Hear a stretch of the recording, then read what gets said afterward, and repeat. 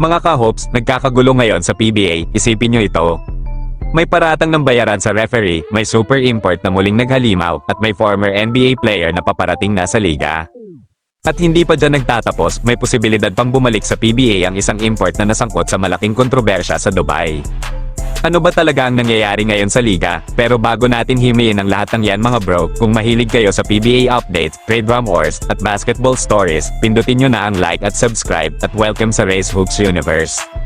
Mainit ngayon ang usapan matapos talunin ng Barangay Ginebra San Miguel ang Converge Fiberxers. Pagkatapos ng laro, may mga narinig na sigaw mula kay Calvin Abueva. Ayon sa mga fans, tila may parinig umano siya na foul daw ang apat. Ang ibig sabihin daw nito, parang sinasabi niyang binayaran ng apat na referee. Kaya naman nagalit ang maraming Ginebra fans dahil para sa kanila, parang sinisira nito ang kredibilidad ng liga. Marami ngayon ang nagsasabi na dapat ipatawag ni Commissioner Willie Marshall si Abueva para magpaliwanag dahil kung hindi, baka lumabas na may kinikilingan ng mga referee sa PBA. Pero kung tutuusin mga ka-hopes, kung babalikan ng laro, maraming nagsasabing sarili ring desisyon ng Converge ang naging dahilan ng pagkatalo. Lalo na sa mga huling minuto ng laban, marami ang nagsasabing masyadong nag-hero ballsy. Alex Stockton, kahit dikit pa ang laban, sa halip na team play, naging pilit ang tira.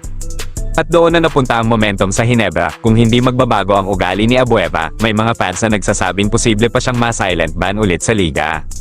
Tandaan natin, ilang beses na siyang pinagbigyan ng PBA noon. Sa kabilang banda naman mga bro, isa na namang magandang balita para sa Ginebra fans dahil kahit may edad na, halimaw pa rin ang laro ni Justin Brownlee. Sa unang 3 laro ng conference, consistent siyang 30 dagdag points per game. Noong una nga, akala ng iba malamaya ang laro niya dahil maalat ang shooting sa first half. Pero pagdating ng second half, biglang nagliyab, classic Brownlee. Ito rin ang dahilan kung bakit tama ang desisyon ni Tim Cone na siya pa rin ang kuning import. Sa totoo lang, bihira ang import na kayang talunin si Brownlee sa isang buong series. At malaking tulong din ang suporta ng kanyang teammates tulad ni na RJ Abarrientos at Roy Rosario. Team effort talaga ang naging susi sa panalo. Ngayon naman mga hopes, pumunta tayo sa isa pang mainit na balita. Posible umanong makabalik sa PBA ang import ng Meralco Bolts na si Ismael Romero, pero may isang kondisyon, kailangan muna niyang humingi ng tawad kay Nick Demuses matapos ang insidente sa Dubai kung saan sinipa niya ito. Ayon sa management ng Meralco, handa silang gawin ang lahat para maibalik si Romero dahil para sa kanila, perfect fit siya sa sistema ng coach, athletic, mabilis, may shooting, at kabisado na ang sistema. Sa ngayon, tinatayang nasa 65% na ang posibilidad na makabalik siya sa team, pero kung hindi siya hihingi ng tawad, mapipilitan ng Meralco na maghanap ng bagong import.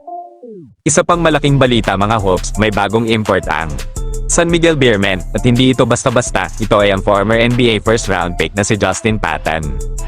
Isang 7-footer na dating 16th overall pick sa Minnesota Timberwolves noong 2017. Ang maganda kay Patton, versatile siya, may outside shooting, post moves, at athleticism. At higit sa lahat, may 7'3" wingspan na pwedeng maging malaking tulong sa depensa. Perfect partner din siya para kay Junmar Fajardo, lalo na sa interior defense. Totoo na hindi siya naging superstar sa NBA, nag-average lang siya ng halos 7 points per game. Pero tandaan natin, ibang level ang NBA, at maraming players ang nagiging dominant sa PBA kahit average lang sa NBA. Kaya exciting talaga makita kung paano siya magpe-perform sa liga. Samantala, may ilang players naman ang posibleng maapektuhan ng trade rumors. Isa na rito ang guard ng TNT Tropang Giga na si Simon Enciso. Ito ay matapos makuha ng team ang shooter na si Almond Basatros. Dahil dito, may posibilidad na magkaroon ng pagbabago sa kanilang guard rotation. Habang sa San Miguel naman, may mga tanong kung ano ang mangyayari sa ilang veteran players dahil sa injuries at roster adjustments. Ibig sabihin mga hopes, mukhang malayo pa sa katahimikan ng PBA. Kaya mga hopes, maraming nangyayaring drama at pagbabago ngayon sa liga.